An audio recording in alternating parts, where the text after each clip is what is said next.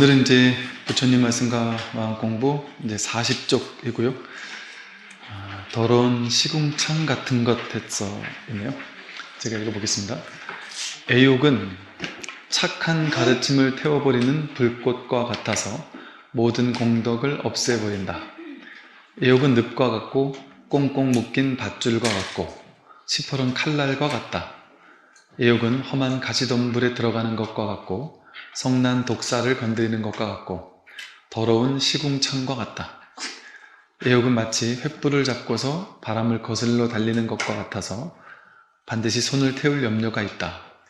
어리석은 사람은 자기 자신을 애욕으로 얽어매어 피안으로 건너가지 못하게 한다.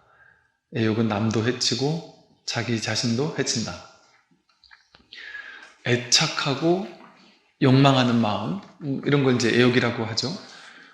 그냥 욕심, 욕망 이렇게도 쓸 수 있었을 텐데 이제 애욕이라고 한 것은 그만큼 이제 우리가 그냥 뭔가를 갖고 싶다, 뭐 이렇게 욕망한다, 뭐 가지고 싶다 이런 마음은 당연히 드는 거죠. 그리고 그것은 문제가 전혀 아니죠. 그래서 그게 없으면 삶을 못 사니까 우리는 저마다 자기다운 삶을 살잖아요. 그래서 내가 하고 싶은 일을 하고 원하는 일을 하는 걸 통해서 삶을 살아나가고 또 자기 직업생활도 하고 취미생활도 하고 그러고 있다 보니까 난 이걸 하고 싶다, 저걸 하고 싶다 이게 전혀 문제가 되지 않죠. 그거를 애욕이라고 하진 않아요. 근데 이제 이게 과도해졌을 때 애착과 욕망, 집착 그런 것들이 과도하게 들어갔을 때가 문제가 된다는 거예요. 그래서 그냥 뭐 난 이거 하고 싶고 저거 하고 싶고로 그냥 하면 된단 말이죠. 그냥 마음껏 하면 되고 사실은 참 인연 따라 살면요, 나는 그렇게까지 애착이나 집착이 없는데 그냥 자연스럽게 인연 따라 살았을 뿐인데 저절로 돈이 막 벌려, 저절로 자식이 공부를 막 잘해, 남편이 막 돈을 막 벌어와. 그러면 야 이건 큰일 났다, 이러면 안 되는데 하고 남편 보고 돈 좀 적게 벌어오라고 하고 자식한테 막 공부 좀 못하라고 하고 이럴 필요 없단 말이죠. 아무 문제가 없단 말이에요. 그건 그냥 인연 따라 자연스럽게 오는 거니까. 그러니까 인연 따라 자연스럽게 오는 것은 아무 문제가 되지 않고 사실은 이제 우리가 사는 것이 아무 문제가 되지 않아요. 무엇을 해도. 그러니까 여러분들이 돈을 하도 많이 벌어가지고 어마어마하게 비싼 집에 궁궐 같은 집에서 태어나 보니 그런 데 살고 있다. 뭐 좋은 일이죠. 그 삶을 열심히 살면 된단 말이에요. 그냥 아무 문제가 되지 않는단 말이에요. 근데 거기 살면서도 더 추구하고 갈구하거나 아무리 못 살더라도 못 산 것을 원망하면서 더 많은 걸 추구하고 욕망하고 갈구하거나 그 마음에 문제가 있는 것이지, 인연 따라 자연스럽게 난 뭔가를 하고 싶었고 그걸 하려고 마음을 냈더니 자연스럽게 잘 되고 있다, 열심히 노력했더니 노력한 만큼 성과가 나온다, 그 좋은 일이라는 거죠. 전혀 문제될 게 없죠. 그리고 그걸 가지고 누군가에게 피해 주지 않는다면 내가 열심히 한 것을 가지고 나도 열심히 살고 좀 더 나아가서 더 많이 뭔가를 벌고 한다면 또 누군가와 나눌 수 있으면 더욱 좋겠죠. 그러니까 그렇게 사는 것에 대해서는 아무 문제가 되지 않는 이유가 뭐냐면요, 이 세상에 왔다가 뭐 이렇게 인연 따라 살다가 가는데 뭔 문제가 있겠어요.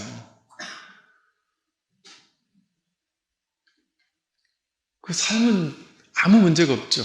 내가 이제 길가에 길을 걷다가, 옛날 원시인이 길을 걷다가 뭐 이렇게 땅에서 뭐 밭을 갈고 이러다가 농사를 짓다가 뭐 땅에 뭐 돌인데 좀 색다르게 생긴 돌이 있어요.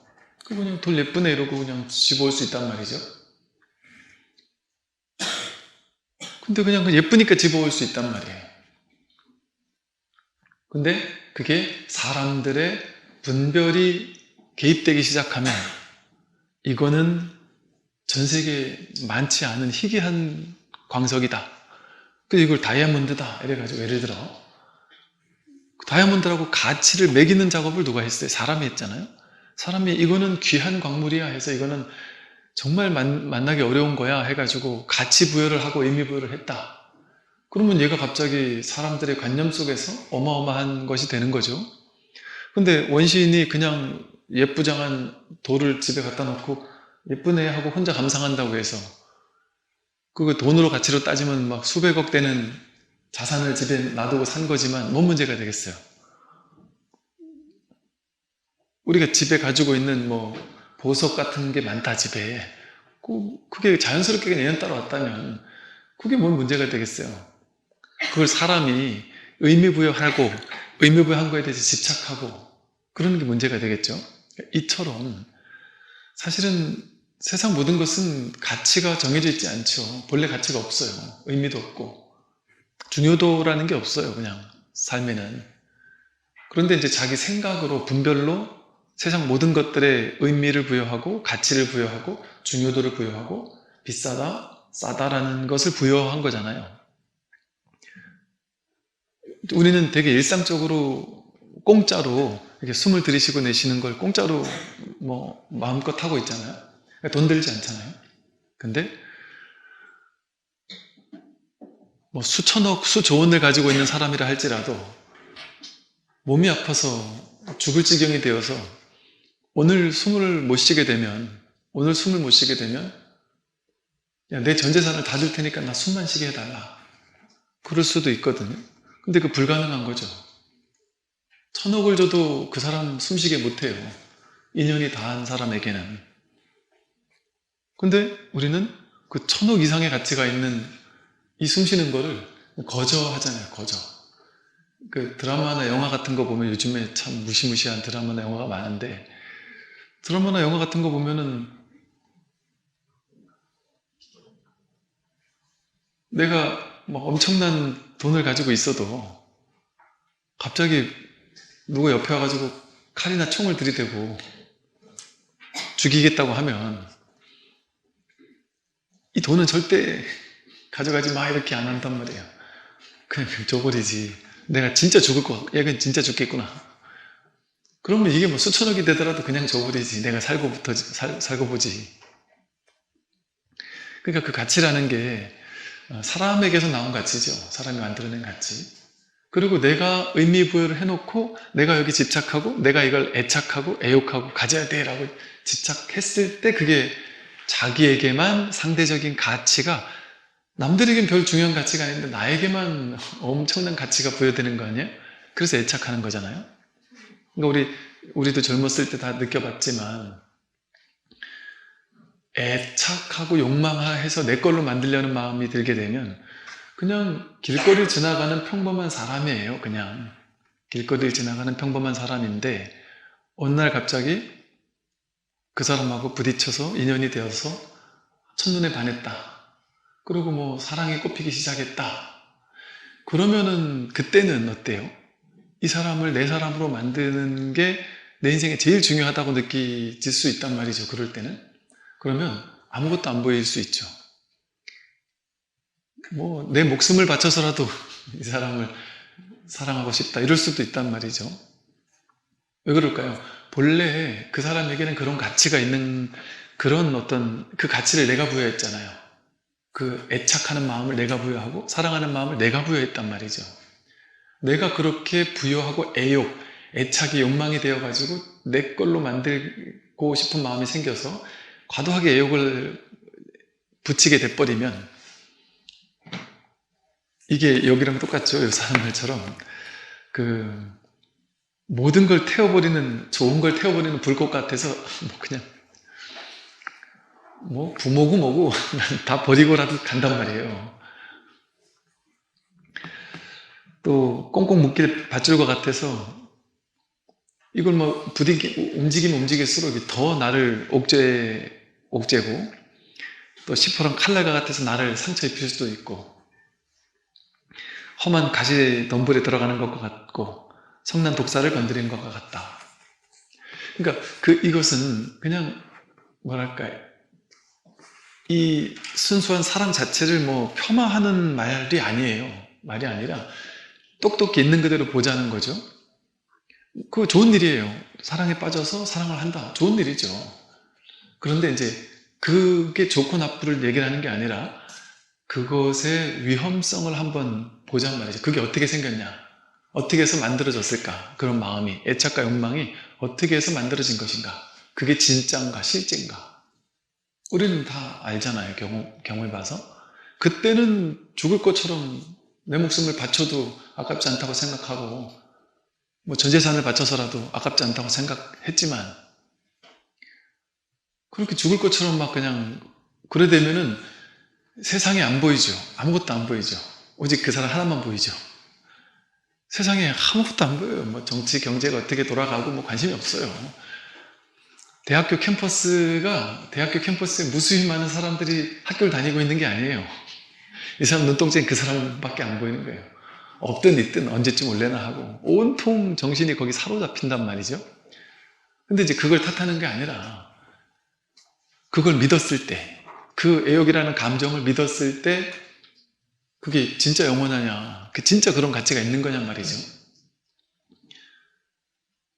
그래가지고 사랑이 탁 이어지고 났는데 막 죽을 것처럼 사랑해가지고 사랑을 딱 했는데 너무 어이없는 행동 하나 두 개를 보고서는 정이 뚝 떨어지는 경우도 있잖아요.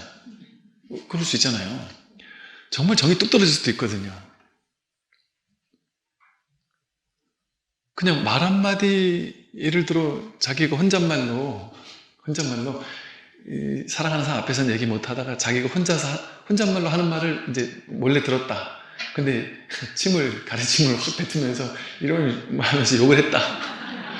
그러면 마음속에 환상으로 이 동화 속에 나오는 사람이라고 환상을 가졌는데 그렇지 않은 모습을 보자마자 정이 뚝 떨어질 수도 있죠. 왜 그럴까요? 그거 내가 만든 그림자거든요. 내가 그 사람에게 이렇게 입힌 생각이거든요. 생각을 덮어 씌운 거거든요. 그 사람은 내가 원하는 이런 사람이 되기를 내가 바랬잖아요. 그리고 딱 봐도 이상한 마음에 안 드는 짓을 했단 말이에요. 했는데 이게 애욕에 확 젖어 있을 때는 그게 놀라운 개성처럼 보이죠. 그래서 되게 매력 있는 것처럼 보인단 말이에요. 나중에 가면 그게 저 때문에 내가 옛날에 빠졌는데 최악의 단점으로 바뀔 수 있단 말이죠. 그러니까 이런 걸 봤을 때 이 애욕이라는 것이 꼭 사람 간의 사랑에 대한 것만 애욕이 아니에요.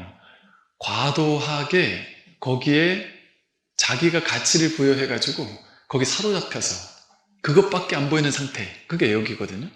돈에 사로잡히게 되면 오로지 돈밖에 안 보이고요.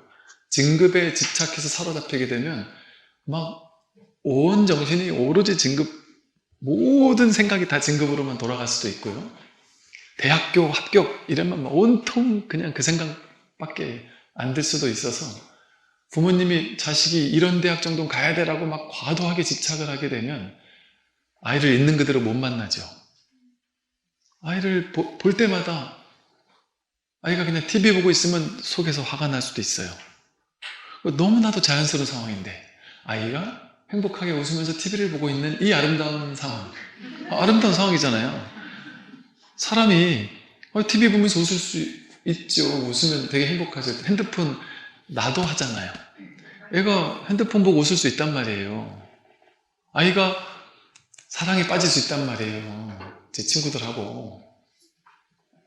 그런데 내가 애욕 상태에 딱 갇히게 되면 갑자기 그 있는 그대로 못 보게 되는 거죠. 갑자기 얘가 공부를 해서 뭐 대학에 가야 돼. 이런 데 대한 집착이 과도해지면 그 아이를 있는 그대로 못 만나고 그 아이의 일거수일투족이면 화가 나요. 제가 지금 저럴 때냐, 지금 너가 지금 공부할 때지? 네가 지금 TV 보고 앉아있고 히덕거리고 웃을 때냐? 공부할 때지? 지금 여자친구, 남자친구 만날 때냐? 공부할 때지? 모든 게 이제 그렇게 된단 말이죠. 그러면 있는 그대로 만날 수 없죠, 그 사람을, 그 아이를. 그래서 뭐랄까, 자기가 어디에 이렇게 사로잡히는 생각을 자기 스스로 만든 거죠. 그 가치를 부여해서 스스로 만들어 놓고 거기 스스로 사로잡혀서 거기 꽁꽁 묶여버려요. 근데 그건 나만 묶는 게 아니라 내 주변 사람들까지 같이 묶어버려요. 힘들게 만들고. 근데 우리는 태어나서 지금까지 살면서 그 애욕의 대상을 계속 바꿔가면서 계속 애욕놀이에 빠져서 산단 말이죠. 그러니까 얼마나 힘들겠어요. 애욕을 하는 동안은 그게 없으면 죽을 것 같거든요. 온통 내 정신이 거기로만 쏠려 있단 말이죠. 아마도 여기 계신 분들은 별로 그런 일이 많지는 않으실 것 같아요. 왜냐하면 지금 이 공부가 세상 사람들이 보기에는 어떤 공부냐 하면, 야, 팔자 좋은 사람들이 자기 마음 공부한다고 하면서 그거 해봐야 뭐가 나오는데? 돈이 나와? 뭐가 나와 도대체? 뭐하러 가가지고 앉아있어? 이렇게 생각할 수 있단 말이죠. 남들 보기에는. 진짜 팔자 좋은 사람처럼 보일 수 있단 말이죠. 그리고 여러분이 이제 절에 열심히 나오는 사람들도 주로 그래요. 이게 거의 상당수가 대부분 그래요. 어떠냐 하면 이 공부가 정말 중요하다라는 그 간절한 정말 그 심출가의 마음, 그 마음이 견고하게 딱 서 있는 사람은 막 끝끝내 이 공부 포기를 못해. 포기할 수가 없고. 근데 이제 그렇게 발심하지 않은 사람들은 이제 내가 크게 애착하는 것도 없고 집착하는 것도 없고 뭐 좀 속편하고 이제 절에나 가볼까 하던가 막 할 일 없을 때 그냥 내 시간도 있는데 절에나 좀 가볼까 이래서 가거나 아니면 너무 괴로워 죽고 싶을 때 절에 가서 어떻게든 해결해볼까 해서 가거나 그러다가 그 일이 해결이 돼버리면 또 안 나오다가 한 6개월, 1년 열심히 가다가 이제 뭐 또 안 나오고 또 딴 거 이래저래 하다가 또 오다가 이럴 수 있단 말이죠. 뭔가 어디 하나에 사로잡히게 되면 그거 하느라고 이제 바빠요. 그래서 열심히 절에 나오다 말고도 한 1, 2년 안 보여요. 그래서 뭐 그동안 어떻게 안 보였어요? 이러면 그동안 좀 바빴어요. 왜 어떤 거 있으셨어요? 그러면 아들이 이제 고3이 돼가지고 이제 기도를 시작했다. 뭐 아니면 또 뭐 뒷바라지 시작했다거나 집안에 뭐 우환이 있어서 남편이 뭔 일이 있어서 뭐 이런 어떤 내 마음이 딱 사로잡히게 만드는 어떤 주제가 생기면 거기 또 간단 말이죠.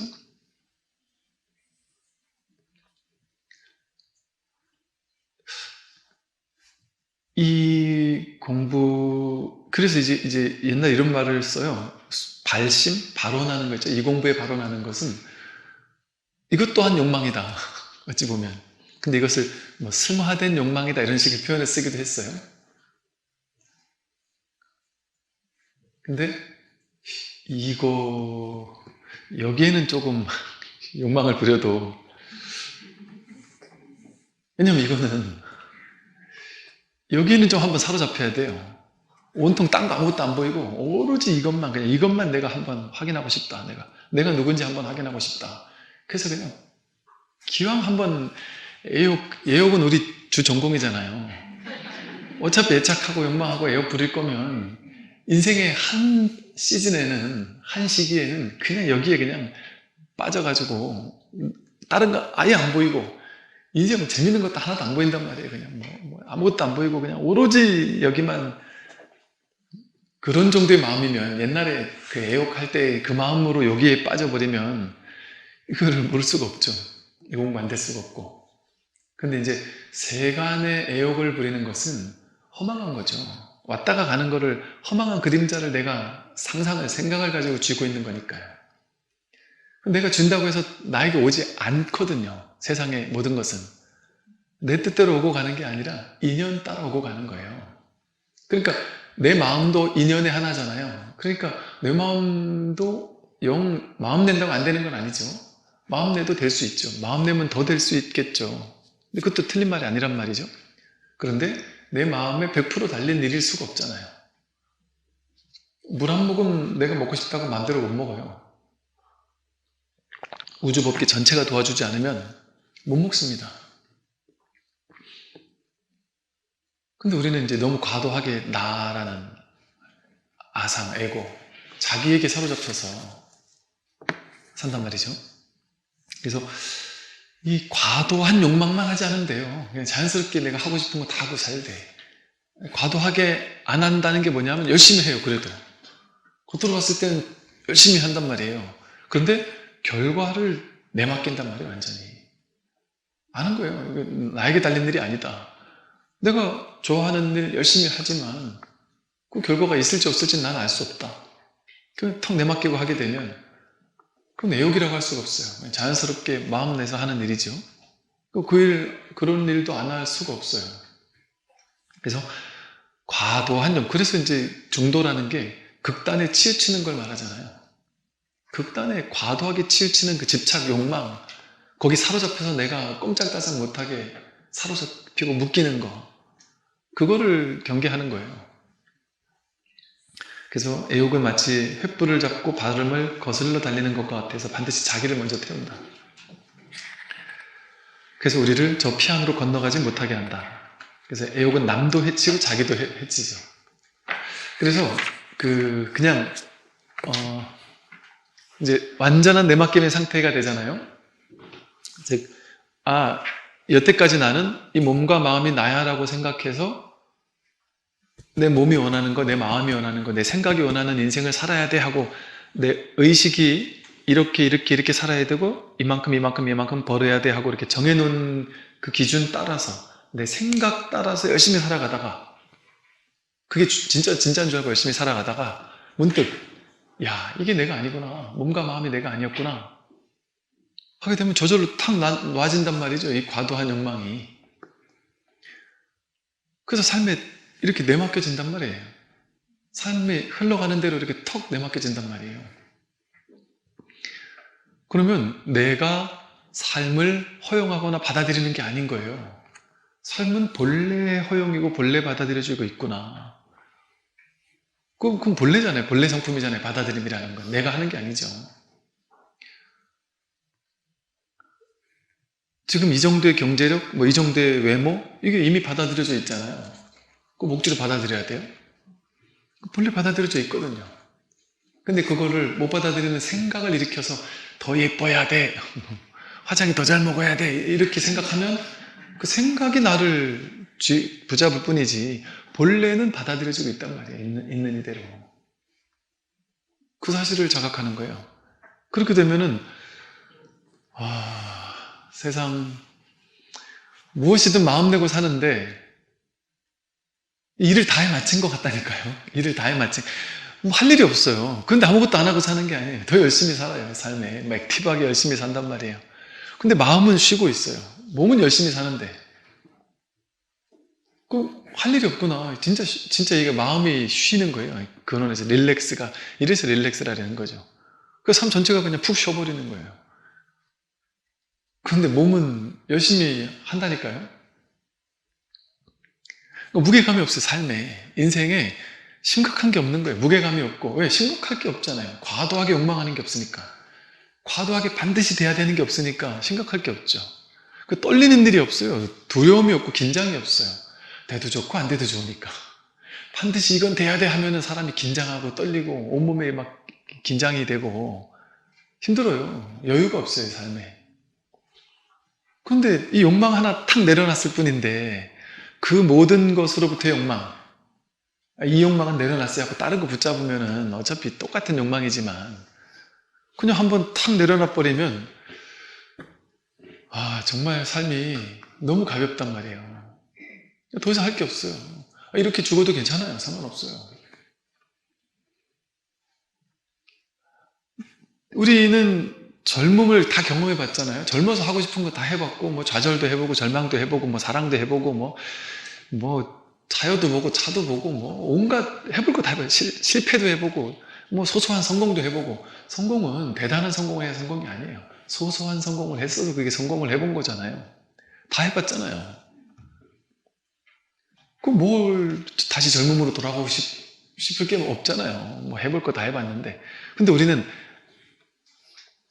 늙은 건 안 해봤거든요, 아직. 지금부터 더 늙는 거는. 이것도 생각이지만. 그러니까, 저렇게 돼야 될 게 없어요. 그냥 이렇게 살면 된단 말이에요. 지금 이대로. 이게 그냥 거울을 봤더니 그 앞에 뭔가 이렇게 나이 들어가는 애가 하나 서 있다. 그럼 냅두면 된단 말이에요, 그거를. 좀 편하지 않나요, 한편으로는? 한편으로는 편해요. 20대 때, 막 젊었을 때, 막 열정과 욕망과 막 애착과 뭔가, 이런 게 스르륵 사라졌는데도, 나이가 들었는데도 그냥 편할 수 있거든요. 이게 정말 오히려 더 편할 수 있죠. 그리고 뭔가 많이 가지고 뭔가 성공해야 돼! 막 이런 생각에 취해 있을 때, 그때가 좋고 나쁜 것들이 있지만, 그냥 가진 건 별로 없어도, 지금이 그냥 편안할 수도 있거든요.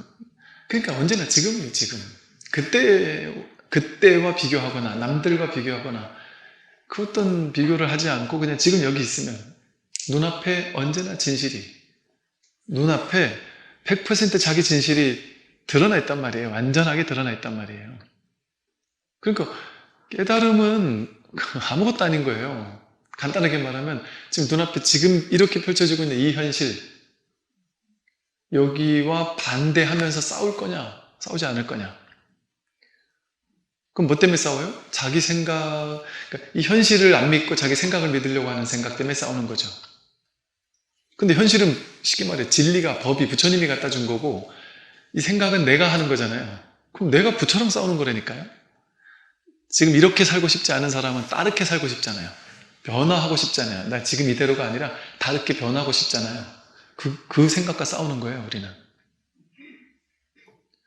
다르게 변하고 싶은 건 괜찮은데, 그건 괜찮은데, 과도하게 욕망하지만 않으면 된단 말이에요. 무엇으로 변해도 좋다. 변하지 않아도 좋다. 지금 이대로 100% 오케이다. 그러나 나는 최선을 다해서 이것도 하고 저것도 하고 이 도전도 하고 저 도전도 한다. 근데 그게 될지 안 될지 난 모른다. 지금 하고 싶은 건 난 지금에 충실해서 지금 하고 싶은 걸 그냥 한다. 그게 지금을 사는 거예요. 그뿐이에요, 그뿐. 그러니까 현재를 사는 거죠. 언제나 지금이죠. 미래에 대한 생각이 없어요. 나 지금 하는 이걸로 충분하니까. 그러니까 미래에 대한 아무것도 없는 거예요. 그냥 계획이 없는 거예요, 계획이. 계획이 아예 없는 건 아니에요. 그런데도 계획이 없어요. 계획은 있는데 그 결과에 대한 내가 취하는 마음이 없으니까 그 계획대로 돼도 좋고 안 돼도 좋잖아요. 근데 내 생각은 그 계획이 맞는지 틀린지 알 수 없잖아요. 내 미래에 내가 계획해 놓은 대로 되는 게 좋은 건지 되는 게 오히려 안 좋은 건지 알 수 없잖아요. 우리 그런 거 많이 보지 않나요? 저도 우리 살아보니까 그때 진급했다고 엄청 좋아하던 사람이 나중에 그 진급해서 그 자리 갔기 때문에 큰 문제가 생겨가지고 막 감옥 가는 사람 많이 봤어요, 저는. 그리고 그때는 진급 못했다고 울고불고 진짜 부처님이 저를 버렸다라면서 100일 기도를 했는데도 어떻게 떨어질 수가 있냐라면서 세상이 나를 버리는 것 같다라면서 그리고 1, 2년 지나가지고도 그 분노를 어떻게 할 수 없어서 스님 그때 그 해에 제가 진급 안 되는 그 해에 어떤 느낌이었는지 아세요? 어떤 느낌이었어요? 세상이 나를 버렸구나. 무엇을 해도 안 되더라는 거예요. 이상하게 기운이 다 안 되더라는 거예요. 무엇을 해도 안 되고 막 미치고 환장하겠더래요. 그래가지고 막 힘들어 죽겠다라면서 막 원망하면서 몇 년을 지내다가 7, 8년인가 지나가지고 찾아와서 하는 말이 얼굴이 환해져가지고 스님 그때 진급 안 된 게 저를 살렸습니다. 그때 제 경쟁자가 그때 진급해가지고 그 자리 갔든 내가 진급돼서 내가 그 자리에 가야 되는데 그 자리에 갔든 그 사람이 이게 점잖은 척하면서 얘기하는데 그 사람이 거기서 어쩔 수 없이 해야 되는 일을 하다가 감옥 갔다는 거예요. 내가 그때 거기 있었으면 내가 그래야 되지 않았겠어요? 연금 다 날리고 천만다행입니다. 아니 그때 몇 년 전에 오셔서 저한테 그러셨잖아요. 세상이 나를 부처고 뭐고 모든 분위기 전체가 나를 안 되게 만들려고 길을 쓰는 것 같다 그랬잖아요. 그땐 그렇게 생각했단 말이죠. 그러니까 알 수 없었던 거죠. 시간 지나고 보니까 그때 예를 들면 이럴 수 있단 말이에요. 그때 그렇기 때문에 지금 자기가 산 거 아니겠어요? 근데 이것도 또 다 생각 해석 판단이에요. 그거 생각 해석 판단을 믿을 필요가 있느냐 말이에요. 내 인생이 그때는 이런 거야 저런 거야 하고 규정할 필요가 있느냐 말이에요. 해석으로 판단할 필요가 없어요. 그건 다 어리석은 망상이니까, 자기 망상이니까. 해석하고 판단하고 분별하지 않으면 그러니까 이런 거죠. 야 그때 안 돼서 괴로워 이럴 것도 없고 야, 나중에 알고 봤더니 그게 날 돕는 거였어. 그거 신날 필요도 없단 말이에요. 그렇게 옛날에 뭐 사람들 그랬다래죠. 뭐 세용지마 같은 것도 그러잖아요. 자식이 다리 부러져가지고 주변에서 막 울고불고 하면서 어떡하냐 이랬는데, 그러냐. 그럴 뿐이고, 다리 부러진 전쟁에 나가지고 다 잡혀간, 자식만 안 잡혀가니까 남들이, 야, 너는 복 받았다는데, 그냥 그러냐. 이럴 뿐이고. 해석 판단할 필요가 없는 게 진실이에요. 지금 해석 판단하는 게 옳은지 그른지 알 수 없어요, 우리는. 그럼 언제 알 수 있느냐? 그러면 스님, 지금 힘든 걸 지금 알 수 없으니까 지금 이 힘든 게 나중에 언젠가는 나에게 복이 되어 돌아오겠죠? 그것도 생각이잖아요. 그런 생각 할 필요 없단 말이에요. 언제나 완성이에요. 그 생각이 없으면. 그거 지금 이대로예요. 아무 문제가 없어요. 그 사람이 그 생각 속에 사로잡히지 않았으면, 그 생각 1년 내내 진급 떨어지고 막 우울감 속에, 세상이 나를 버렸다는 생각 속에, 이 조직이 나를 버렸다는 생각 속에 몇 년을 사로잡혀 있었을 거 아니에요? 그게 애욕이잖아요. 거기 사로잡혀 있어서 막 원망하고 분노하는 마음에 몇 년 동안을 그러고 산 거 아니에요? 근데 그 생각이 없었으면 어땠을까요? 그 생각이 없었으면 그냥 행복하게 살았을 거예요. 매 순간순간 주어진 삶을 살면서. 근데 삶의 모든 순간을 우리는 이렇게 생각하고 해석하고 판단해서 그걸 맞다 틀리다 옳다 그르다 하면서 자기가 자기 인생을 그림 그리고 있단 말이에요. 내 인생은 훌륭해. 내 인생은 못났어. 그때는 좋았는데 지금은 별로야. 이게 다 생각이에요. 전부 다 생각이에요. 자기가 그린 생각, 그림이에요. 그거를 생각으로 해석하고 판단하고 의미부여하고 잘났니 못났니 하는 그 생각만 없으면 그냥 있는 그대로예요. 그냥 있는 그대로 진리예요. 그냥 진리가 눈앞에 있을 뿐이에요. 아무 문제가 없습니다. 삶이. 그래서 지금 여기 있게 돼요. 여기에. 눈앞을 살게 돼요.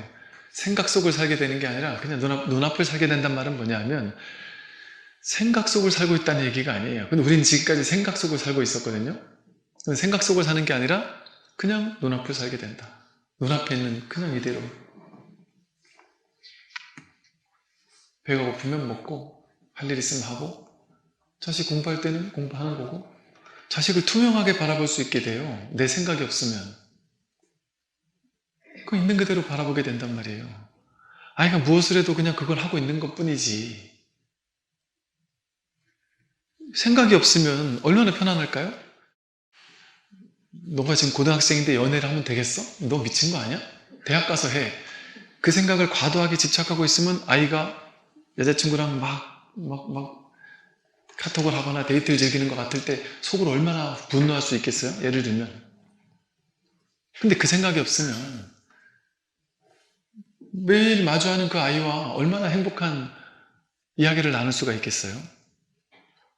남편이 옛날에 나한테 잘못했던 것 때문에 해서는 안 될 말을 했고 나를 막 무시했고 이런 생각을 지금까지 몇십 년을 붙잡고 살면서 남편에 대한 미운 마음, 그런 마음을 붙잡고 이렇게 늘 내가 이렇게 식으로서 취한 상태로 매일 남편을 바라보고 아내를 바라볼 때 인생이 얼마나 힘들고 괴롭고 남편이 특정한 말만 하면 막 욱하고 올라오고 그러겠어요?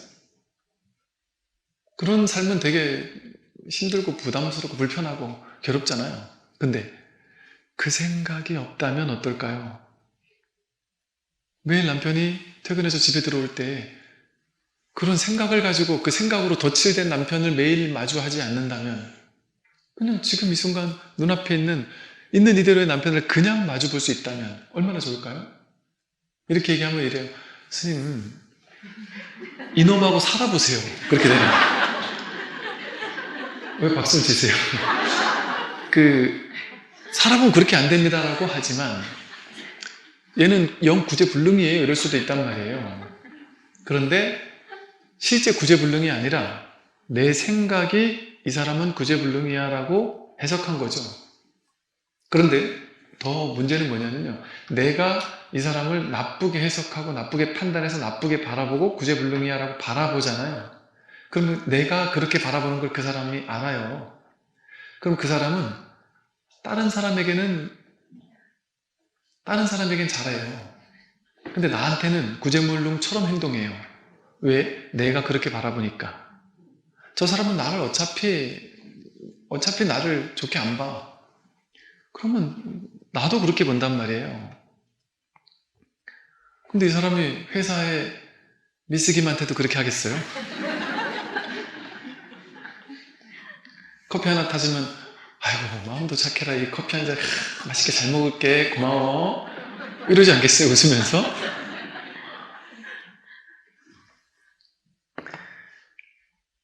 내가 그 특정한 이미지 견해를 입혀가지고 그 사람을 바라볼 때 그 사람은 그 사람이 돼버려요. 내가 그렇게 만든 거예요. 그런데 모든 사람은 이건 정말 진실이에요. 모든 사람은 구제불능이 없어요, 세상에. 왜냐하면 전부 다 부처거든요. 전부 다 완벽한 부처거든요. 구제불능은 없어요. 내가 구제불능이라고 할 때 그 사람이 내게 와서 구제불능이 돼버려요. 그런데 놀랍게도 내가 그 사람을 사랑스럽다라고 바라보기 시작할 때 그 사람은 사랑스러운 사람으로 변신을 시작해요. 내 앞에서는.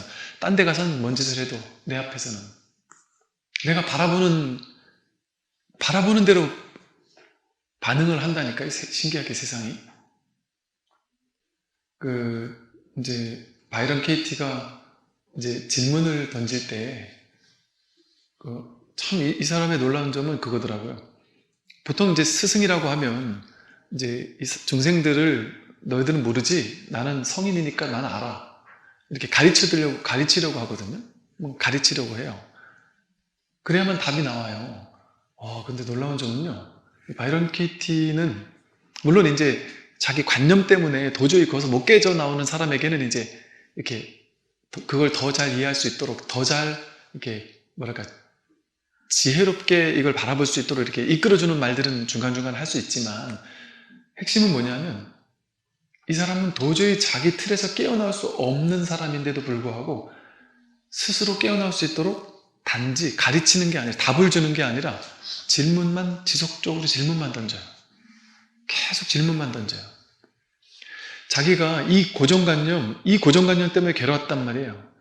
남편은 천하의 나쁜 놈이에요, 이 생각을 쥐고 살았기 때문에, 아니면 직장상사 저놈이 정말 나쁜 놈이에요, 뭐 이런 생각 때문에, 아니면 어디 집착하는 그 생각 때문에 내가 괴롭단 말이에요. 그런데 그 생각 때문에 괴로운 거예요. 그 생각만 버리면 돼요. 그렇게 얘기했다고 해서 버려집니까? 안 버려지잖아요. 집착만 버리면 되는데 왜 못 버립니까? 보통 이제 성인들은 그렇게 얘기한다고 느낄 거 아니에요. 답을 딱 주잖아요. 답 나왔네. 어이구, 집착만 버리면 되는데 왜 못 버립니까? 그렇게 답을 주려고 한단 말이죠. 근데 바이런 케이티는 지속적으로 질문을 던져줘요. 그런데 더 놀라운 점은 뭔지 아세요? 질문을 던졌을 뿐인데, 물론 이 사람이 이걸, 그래서 책을 읽으면 별 감동이 별로 없어요. 바이런 케이티의 책을 읽고서 막 크게 감동했다는 사람을 많이 있지만 그렇게 많이 못 본 이유가 너무 어렵게 느껴져요. 왜? 본인에게는 이 질문이 먹히지 않거든요. 왜 그러냐면 내가 여기에 완전히 마음을 열지 못하고, 또 내가 정말, 그러니까 이렇다 그러죠. 어떤 나를 깨우쳐 줄 수 있는 사람은 내 마음 속에서 이 사람은 나보다 몇 배 이상 지혜로운 사람이야 라고 이렇게 굳은 믿음이 딱 있을 때는 그 사람이 하는 말이 단순한 말도 강렬하게 와닿는다는 거죠. 이런 스승이 질문을 던지니까 그 질문에 자기 자신을 문득 되돌아보는 거예요. 다른 사람이 그 질문을 던지면 대번에 반박부터 하겠죠. 야, 너 그 생각 때문에 괴로운 거야. 그 생각만 버리면 되는데 왜 그 생각을 못 버려? 그럼 발끈해서 이 생각이 왜 틀렸는데? 내가 왜 틀렸어? 이게 맞는 생각이지. 이렇게 발끈한단 말이죠. 왜? 이 생각을 쥐고자 하는 마음을 놔버릴 생각을 못해요. 그런데 정말 열린 마음을 가지고 찾아온 사람이, 정말 지혜로운 사람이 그 사람에게 그 생각 정말 진실한 게 맞아? 그 생각이 100% 진리가 맞아? 그 생각 정말 옳은 생각이 맞다고 확신할 수 있어? 너가 정말 그렇게 꽉 쥐고 있는 그 생각 정말 맞다고 확신할 수 있어? 이렇게 질문을 던져요. 그러면 처음에는 맞아요. 제 생각은 옳아요. 나는 틀린 생각 안 해요. 난 옳은 생각이니까 하는 거예요. 다 그렇게 생각하죠. 옳다고 생각하니까 이거 쥐거든요. 그러다가 정말 진짜 100% 맞다고 확신할 수 있어요? 그게 정말 맞다고 확신할 수 있나? 하고 다시 물어보면 문득 돌이켜요. 내가 틀렸을 가능성에 대해서 문득 돌이켜요. 100% 확신은 못하죠. 내 자식은 내가 원하는 대학 정도는 가야 돼. 왜 우리 집안은 이 정도 수준이었으니까 너도 이 정도 수준 이상은 와야 돼. 그게 100% 진리라고 확신할 수 있습니까? 그리고 그 대학을 가야만 얘가 진짜 행복해질 수 있다고 확신할 수 있나요? 그 대학을 가야만 성공한다고 확신할 수 있나요? 내 남편은 진급을 해야 돼. 경쟁자보다 내 남편이 더 똑똑하니까 더 똑똑한 사람이니까 반드시 진급을 해야 하는 게 정의로우면 그 100% 확신할 수 있나요? 세상이 반드시 정의로운 대로만 돼야 될까요? 그렇게 되지 않는 게 세상이에요. 안 그렇나요? 오히려 실력 있는 사람보다 줄 잘 쓰는 사람, 예를 들면, 왜냐면 실력 있는 사람은 윗사람들 보기 짜증나거든요. 재수도 없고 또 얘가 나보다 더 잘하니까 열받거든요. 그런데 능력은 없지만 내 말이라면 칼같이 듣는 사람, 당연히 그런 사람 진급시키고 싶어요. 그럼 그거를 저놈들이 잘못된 놈이야 이렇게 욕할 수 있냔 말이에요. 그런 일이 있을 수 있단 말이에요, 세상에는. 그러나 또 정의로운 결과가 일어날 수도 있어요. 근데 그걸 가지고 하나하나 다 욕하고 살 수 있냔 말이에요. 그러면 평생 그 분노, 원한 가지고 평생을 살아야 되는데 그렇게 하면 되겠습니까? 그러니까 세상은 그럴 수도 있는 것이 세상인 거예요. 그러니까 그거를 내 생각, 나는 열심히 했고 나는 능력이 있으니까 우리 회사에서 반드시 나를 진급시켜야 돼. 근데 그렇게 안 됐을 때 분노하잖아요. 나쁜 놈들이라고, 세상 사람들 나쁜 놈들이라고 몰아붙이면서 분노한단 말이에요. 그거 진실이죠. 언뜻 봐도 진실이잖아요. 그죠? 열심히 한 사람이 돼야 되는 게 맞잖아요. 근데 그걸 100% 진실이라고 확신할 수 있을까요? 세상은 정말 그렇게만 돼야 될까요? 예를 들면 이 사람이 예를 들어서 전생에 이 사람이 자기 라인 줄 세워가면서 자기 실력 있는 사람들 다 떨궈내고 자기 줄 서는 사람들만 자꾸 뽑고 예를 들어 이래가지고 자기가 이런 과보를 받았을 수도 있거든요. 예를 들어 인간보로. 그러면 누가 나쁜 놈이에요 도대체? 알 수 없단 말이죠. 이 중중무진의 연기적으로 어떤 일이 펼쳐져서 이런 결과가 났을지 알 수 없어요. 또 이 사람이 진급을 떨어졌어요. 능력 있는데도 불구하고 나는 줄을 안 서서 떨어졌어요. 이게 나쁘다라고 확신할 수 있습니까? 이러면 안 된다고 확신할 수 있습니까? 이렇게 떨어진 사람들이 세상을 바꿨거든요. 뭐 애플 만든 사람도 그 회사에서 잘려가지고 그렇게 능력 있는 사람을 잘라니까 내 아이디어를 가지고 구현할 수 있는 회사 만들자 해가지고 이 회사를 만들었다 그러죠. 또 뭐 왕왕 들려요. 대기업에 있던 사람이었는데 정말 잘 나가는 사람이었는데 그 대기업에서 경쟁자를 오히려 내세우고 이 사람을 잘랐다. 그 이 사람은 너무 실력이 있으니까 나 조그맣게라도 나는 이 연구를 계속해야 되겠다 해서 조그마한 회사를 차렸다는 거죠. 근데 나중에 그 놀라운 그 회사가 놀랍게 성장을 해가지고 어마어마한 회사의 발전을 이루었다.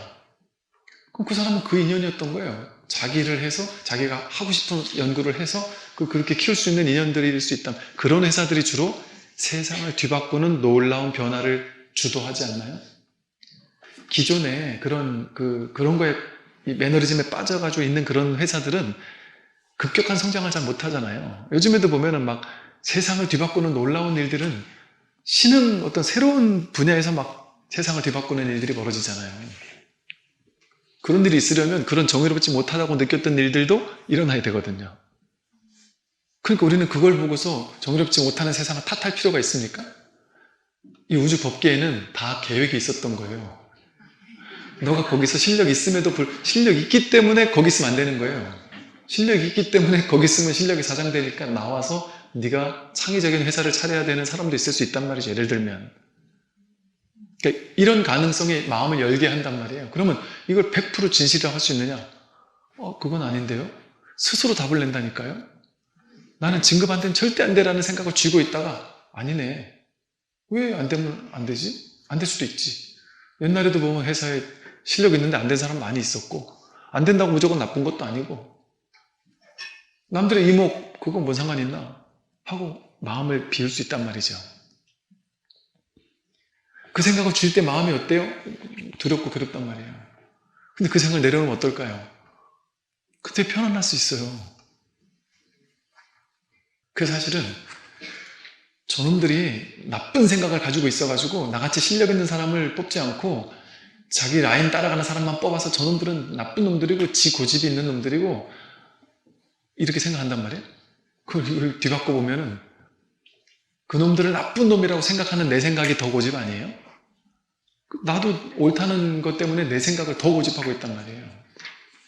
이런 식으로 이 말을 왜 했냐면 이렇게 지혜로운 성인들은 이게 어디에 기반하는 질문인지 아세요? 사람들은 누구나 본래 자기에게 답이 있다. 본래 자기가 불법승 삼보다. 자기에게 본래 부처가 구족되어 있고 본래 법이 자기에게 구족되어 있다. 그거를 끌어냈을 수 있는 힘을 지닌 그게 승보거든요. 그러니까 자기가 본래 부처라서 본래 지혜는 자기에게 있다는 거예요. 스승은 그걸 질문을 던져주기만 하면 된다는 거예요.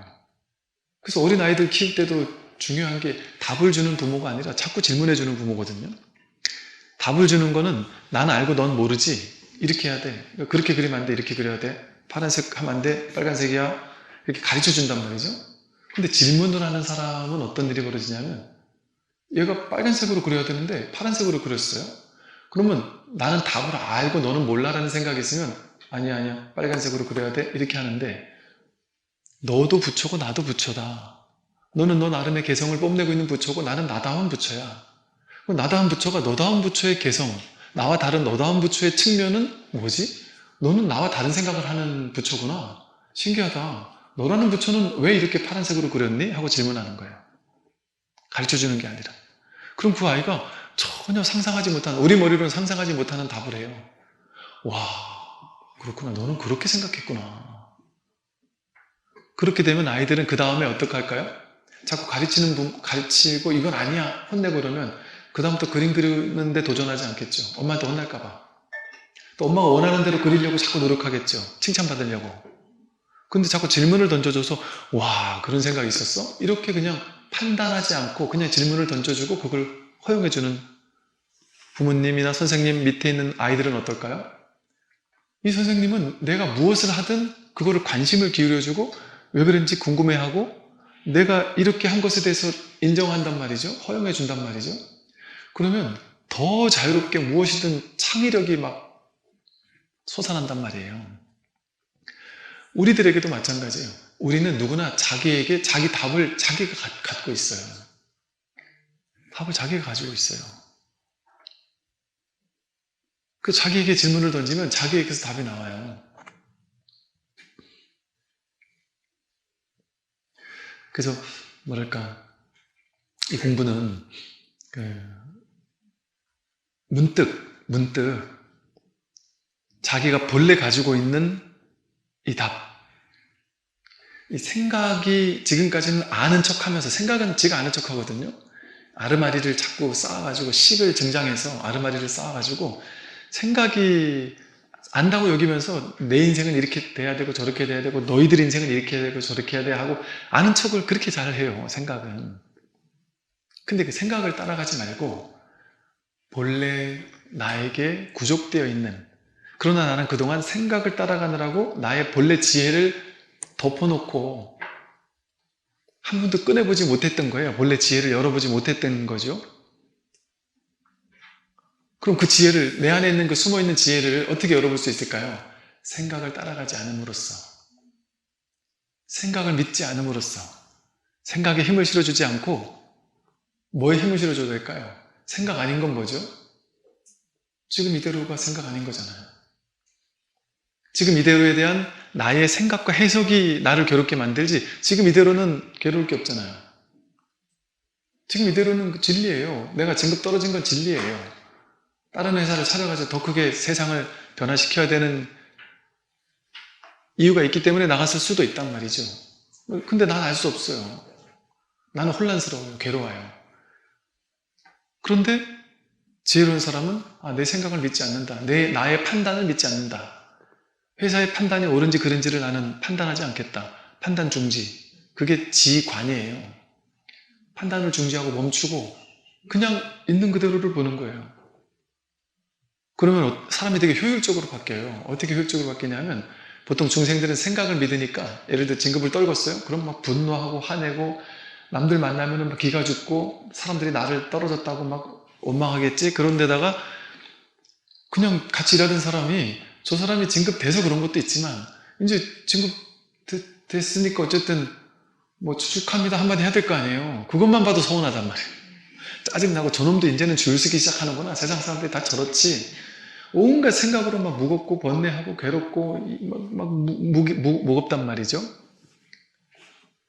그러느라고 퇴사하고 나서도 떨어져가지고 예를 들어 퇴사했다. 퇴사하고 나서도 그 분노를 참을 수가 없어가지고 막 술 먹고 담배 피우고 막 어디 막 괴로워하고 어떻게 하면 복수할 수 있을까만 생각하다가 그러다가 이제 한 6개월쯤 지나고 나서 이래봐요. 나만 죽어나는구나. 나만 피폐해지는구나.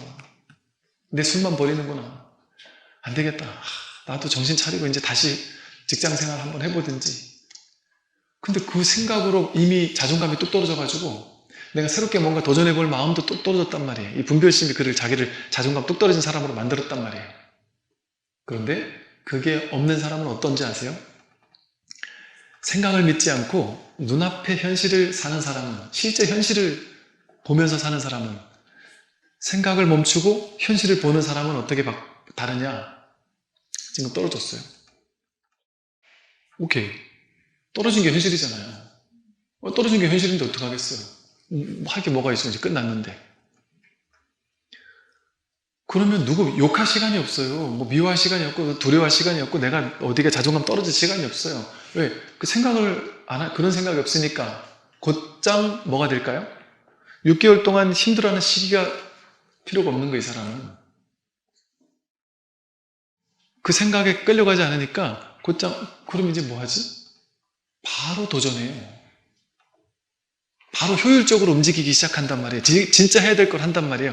욕하고 탓하고 술 먹고 하면서 허겁지겁 힘들어 하면서 보내는 시기를 단축할 수 있단 말이에요. 그러니까 사람이 깨어있고 뭔가 생생하고 뭔가 살아있단 말이에요. 좌절하고 절망할 그럴 시간이 없죠. 그래서 진짜 자기를 믿어야 돼요. 진짜 자기를 믿고 자기 내면에 본래 갖추어져 있는 지혜를 믿어야 돼요. 그러려면 그게 무엇을 믿는 거예요? 현실을 믿는 거예요. 자기 생각을 믿지 않고 현실을 믿는 거예요. 그래서 예를 들어 아까 이 얘기를 했죠. 남편이 마음에 안 들거나 자식이 마음에 안 내 생각대로 내 생각하는 것과 다르다. 마음에 안 든다. 또 직장도 마음에 안 든다. 옆집 아줌마들도 마음에 안 든다. 이게 마음에 안 드는 게 많은데 그거를 그 사람들을 변화시키려고 하면 내가 내 자식도 변화 못 시키는데 내가 남들을 어떻게 변화시켜요? 절대 변화 못 시키잖아요. 변화시키려고 하면 오히려 더 남편과 골이 깊어질 수 있죠. 그죠? 그때 지금 이 성격이 안 좋은 내 생각, 내 판단에 있어서 성격이 안 좋은 이 남편을 내가 변화시키려고 하면 넉다운이 돼요. 불가능해요. 지금까지 수십 년 했는데 안 됐잖아요. 그러니까 이제 포기할 때도 되지 않았어요? 이게 내가 고집이 더 많아요. 남편을 바꾸려고 너무 과도하게 하는 것도 내 고집이거든요. 그거는 남편을 못 믿는 거거든요. 스님 이 사람은 원래 믿을 사람이 아니에요. 원래 성격이 이런 놈이에요. 이렇게 생각하는 사람조차 그 사람도 사실은 그런 사람이 아니다는 얘기를 하는 거예요. 왜냐하면 자기 안에 자기 부처와 자기 지혜, 자기 원만한 자비심이 본래 구족되어 있는 게 우리의 본성이에요. 본성. 원래 아무리 말해도 안 듣는 사람이 말하니까 안 듣는 거예요. 넌 틀렸어. 내 말이 맞아 하고 내 말을 자꾸 말하니까 이 사람이 안 듣는 거예요. 더 기분 나빠하고 나를 존중하지 않는다고 느끼고 넌 틀렸어. 이러니까 이게 자꾸 싸우는 거잖아요. 그러니까 안 듣는 거예요. 그럼 그 사람을 판단하지 않고 있는 그대로 받아들여주면 어제 그 사람으로 10년 전 그 사람이 나한테 욕했던 그거를 쌓아놓고서 그걸 가지고 그 사람을 만나면 안 된단 말이죠. 여러분 살다 보면은 못할 말 너무 여기까지 화가 차오르면 해선 안 된 말 하는 경우 있었잖아요. 없던 사람 없잖아요. 이런 얘기까지 하지 말았어야 되는데 내가 개했다. 끝끝내 이 말까지는 하지 말아야 되는데 그 누구한테 제일 많이 해요? 엄마한테, 아빠한테, 가족한테, 자식들한테 가장 친한 사람에게 하면 안 된 말을 제일 많이 하거든요. 그러니까 가족에게 가장 큰 상처를 받아요. 그러면 한번 마음이 확 닫힌단 말이에요. 근데 그 닫힌 마음을 왜 못 여냔 말이에요. 그 마음을 진짜 완전히 열어버리는 거예요. 완전히 열어버려서 이제 저 사람은 절대 안 바뀌라는 관점에서 다가가면 죽어도 안 바뀌는 거예요. 왜? 내가 안 바뀔 거라고 규정을 줘놨으니까. 그러니까 내가 먼저 저 사람 바뀌고 좋고 안 바뀌어도 좋아. 상관없어. 난 그냥 내 공부를 하겠다. 내 길을 가겠다. 나는 지금 이 순간으로 너를 만나겠다. 이제부터는. 분별하지 않겠다. 물론 이렇게 이것도 한다고 되는 건 아니에요. 그냥 이 공부를 해서 자기를 깨닫고 나면은 저절로 그렇게 이제 변화가 시작돼요. 그냥. 이 대인관계나 가족관계 이런 게 점점 좋아질 수밖에 없어요. 그냥. 이건 억지로 하려고 하는 게 아니에요. 근데 그냥 그 측면을 좀 설명하다 보니까 이렇게 얘기를 하는 건데, 그래서 우리가 이 공부하는 거예요. 이 공부가 말하자면 만병통치약 같은 거예요. 이 공부를 하고 나면 그냥 저절로 모든 면이 좋아지기 시작해요. 조금씩 서서히 바뀌기 시작해요. 그래서 가장 지혜로운 삶의 방식은 생각을 믿고 사는 게 아니라 생각이 아닌 지금을 믿고 사는 거예요. 남편이 지금 마음에 안 든다? 그게 지금이 진리예요. 그 남편이 지금 바뀌면 안 돼요. 언제까지? 내가 바뀔 때까지. 내가 바뀌면 그 사람 바뀔 거거든요. 그러니까 그 사람이 지금 마음에 안 드는 모습이다. 그게 진리예요. 그걸 인정해줘야 돼요. 그걸 허락해줘야 돼요. 제발 좀 밤늦게까지 담배 피고 술 먹고 이것만 안 했으면 좋겠다. 지금 근데 현실은 어때요? 담배 피고 술 먹어요. 밤늦게까지. 몇십 년 동안 스트레스 받았으면 이제 내려놓고 그냥 인정해주세요. 어차피 안 바뀌면. 기왕 마음이라도 편하게 먹게. 먹으면서도 맨날 집에 가면 또 욕먹겠지, 혼나겠지, 이런 마음으로 근심 걱정하면서 20, 30년을 술을 먹고 살았을 거 아니에요, 그 남편도. 얼마나 불쌍해요. 고집 많은 아내 때문에. 왜 이런 말을 하냐면, 스님 하나는 알고 둘은 모르시는데, 내가 왜 그런지 아세요? 술, 담배 계속 먹으면 폐암 걸리고, 간암 걸리고, 얘가 빨리 죽을 건데, 그게 진실일까요? 진실인지 확실히 알 수 있습니까? 술, 담배 많이 피면 폐암 걸리고 간암 걸린다고 확실히 알 수 있습니까? 어떤 사람은 간접흡연만 해도 간암 걸리는 사람도 있고요. 90까지 하루에 담배를 달고 사는데도 불구하고 간이 쌩쌩한 사람도 있다니까요. 세상에 그런 사람도 있어요. 옛날 저 초등학교 때 학교에 뭐 이상한 사람이 하나 와가지고 자전거 한 대 들고 와가지고 처음에 연습 삼아 이제 디저트 먼저 먹겠다 그러면서 이게 요만한 거 뭐죠? 그 칼, 옛날에 면도칼날을 몇 개를 입에 넣고 막 씹어 먹더라고요. 그러더니 이제부터 본격적으로 시작한다 하면서 자전거 타이어 뜯어가지고 살 뜯어먹고. 아니, 못 보셨어요, 여러분? 못 보셨어요? 우리 그런 사람 있었는데, 옛날에. 그런 사람 있었어요.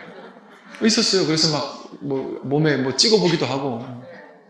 그랬었어요. 근데 괜찮다니까요. 멀쩡하다니까요. 그러니까 이게 사람의 이 신비는 알 수가 없어요. 그 사람의 몸과 우리의 몸과 똑같지가 않아요. 달라요. 그러니까 그건 내 생각이에요. 내 생각.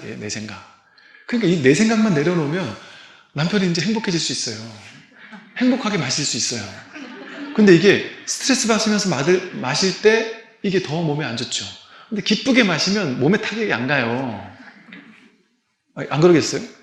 여러분도 그런 경험 있지 않습니까? 막 기분 좋은 날을 먹어도 속도 별로 안 쓰이고 몸에 타격이 별로 안 가는데 스트레스 엄청 받고 막 괴로운 날 먹으면 막 속도 더 쓰이고 막 그러잖아요.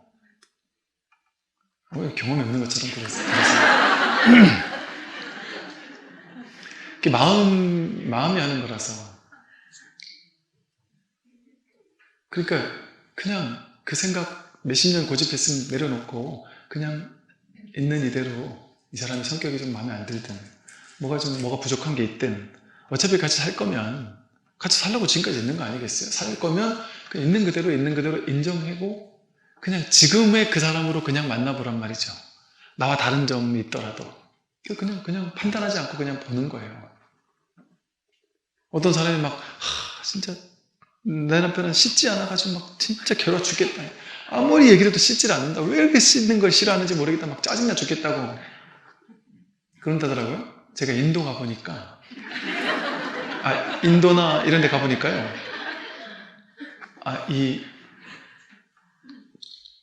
이것도 이제 제 개똥철학일 수도 있는데 여러분 이렇게 안 씻는 게 너무 많이 씻는 것보다는 차라리 나을 수도 있어요. 한편으로는 그러라는 게 아니고 제가 그런다는 게 아니고요.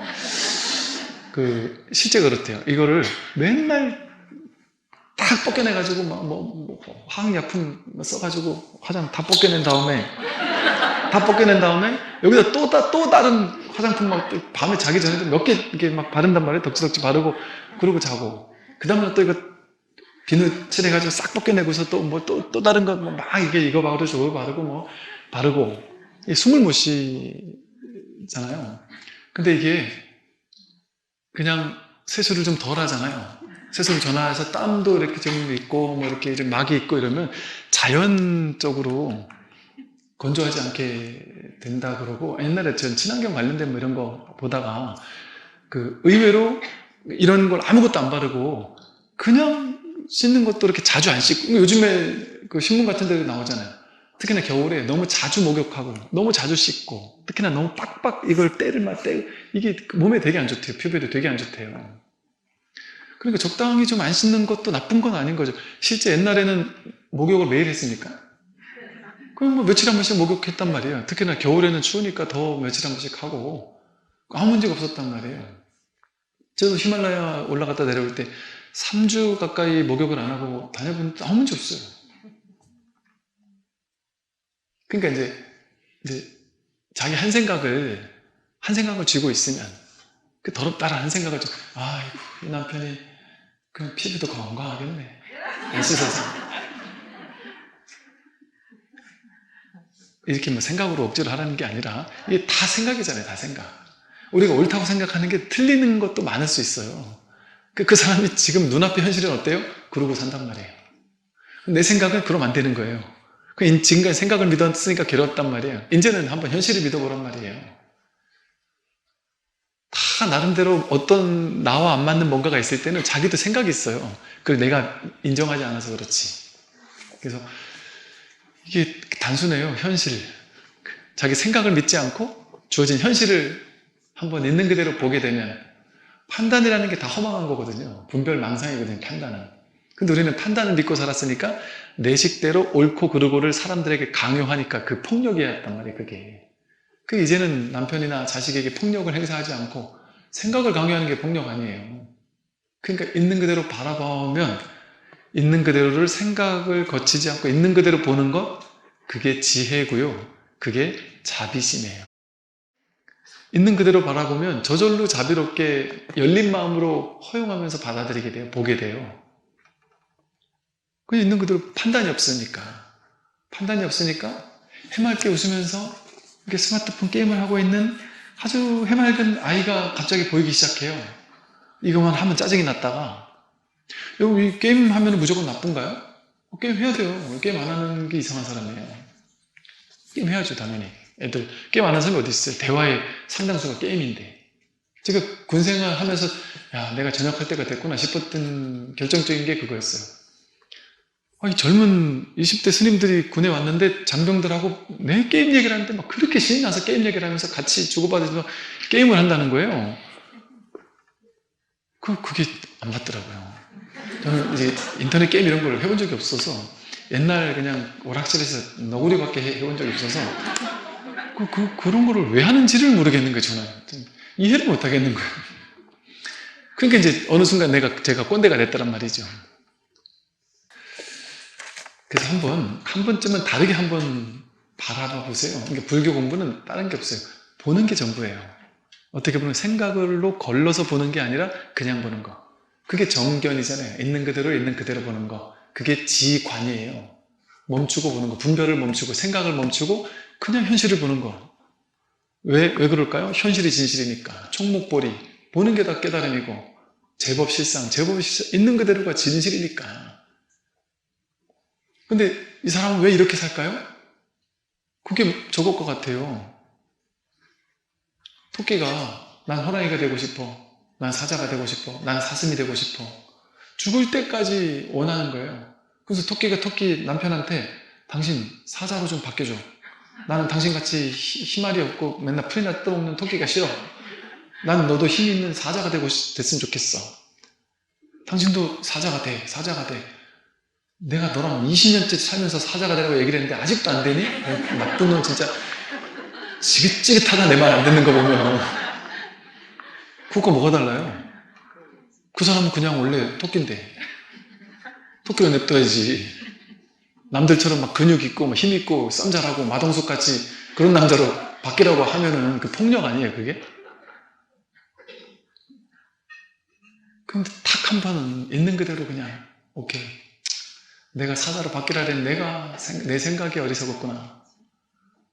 그 나약하고 풀 뜯어먹는 그 토끼를 있는 그대로 바라보는 순간 진정한 자비심으로써 진정한 사랑으로서 그 사람을 보게 되는 거죠.